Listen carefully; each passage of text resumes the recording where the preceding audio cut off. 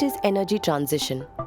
In the climate change discourse, energy transition refers to moving from fossil fuels, coal, oil, and fossil gas, for instance, to renewable energy sources such as solar, wind, and hydropower in order to reduce greenhouse gas emissions. Energy transition is important to put into motion for several reasons. For one, the environment benefits. The transition to renewable energy reduces greenhouse gas emissions. This pushes down global warming. Air quality improves, leading to better overall environmental and public health. Number 2, the economy grows. The renewable energy sector engenders new industries and job opportunities, giving a potential boost to the economy. Number 3, energy security results. By reducing dependence on imported fossil fuels and embracing renewables, India can become more resilient to disruptions caused by geopolitical conflicts or trade barriers. Number 4, everyone is included. A well-designed transition model ensures that the benefits of clean energy are shared equitably. These factors, protecting the environment, economic self-reliance, good health, and access to clean energy for all, are vital for a sustainable future.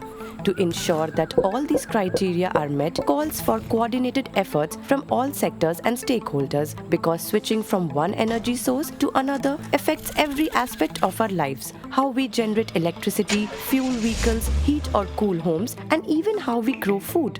This shift will entail changes on the technological, economic, social, and political fronts. To facilitate such change, international frameworks and governance mechanisms are prominently in place. For example, the Energy Transition Imperative emerged from the United Nations Framework Convention on Climate Change in 1992. The subject gained momentum through the Paris Agreement in 2015, which commits countries to limit global warming to below 2 degrees Celsius with an aim of 1.5 degrees Celsius. Complementary frameworks such as the Sustainable Development Goals, human rights conventions, and trade negotiations further reinforce the urgency and interconnected nature of this transition. Then target setting mechanisms have also been created. International commitments call for countries to prioritize net zero targets, reducing greenhouse gas emissions to a level where what is released into the atmosphere is equal to or less than what is removed. These targets are pursued through nationally determined contributions, NDCs, and other measures established during the annual United Nations Climate Change Conference. The global stocktake process launched in 2023 is pivotal in evaluating collective progress towards the Paris Agreement's goals and shaping future strategies. Progress depends on finance, especially for developing countries, which have long called for such support and technology transfer from developed nations.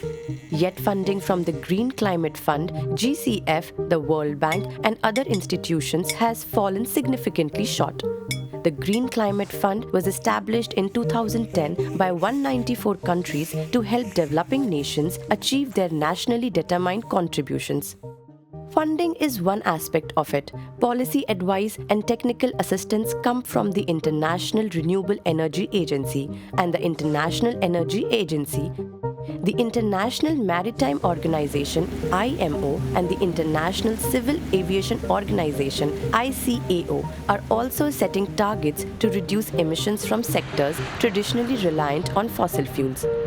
Meanwhile, the World Economic Forum hosts discussions on scaling up renewable energy, investing in new technologies, and integrating sustainability into global economic systems. There are also international civil society organizations. They too influence governance mechanisms, advocating for equitable transitions and calling for the adoption of frameworks like a fossil fuel non-proliferation treaty alongside the Paris Agreement. International policy making provides the broad framework, as we just saw, but several constituencies at the regional, national, and subnational levels are leading the energy transition discourse, ranging from state governments to activists. Governments and policymakers set targets, design and implement policies, and provide incentives to drive the transition. They create regulatory frameworks, invest in infrastructure, leverage international investments, and support research and development. Research is done also by think tanks, which provide evidence-based insights. Their scientists develop new technologies and assess the impact of different energy sources. Taking this further, energy companies and investors develop, finance, and deploy new energy technologies, focusing on renewables, energy storage, and smart grid. Industry associations collaborate with governments to design incentives. Climate justice movements and civil society step in to advocate for inclusive clean energy policies, raise awareness of fossil fuels' impact, and promote sustainable solutions. Indigenous peoples and local communities, their voices need to be heard as they are not central to decision making and yet bear the brunt of large energy projects and climate change. Consumers are an important constituency as their choices, their demand for clean energy, energy-efficient homes, workplaces, and vehicles will drive market transformation. And finally, the media is key as it holds stakeholders accountable. Clearly, the energy transition discourse has evolved well at all levels, mostly, but its processes has been criticized for not addressing social inclusion and distributive justice sufficiently. India is the world's third largest energy consumer and heavily dependent on fossil fuels. While the prospect of transitioning to renewable energy is daunting, Module 2 will demonstrate how significant opportunities for change exist and are already being seized.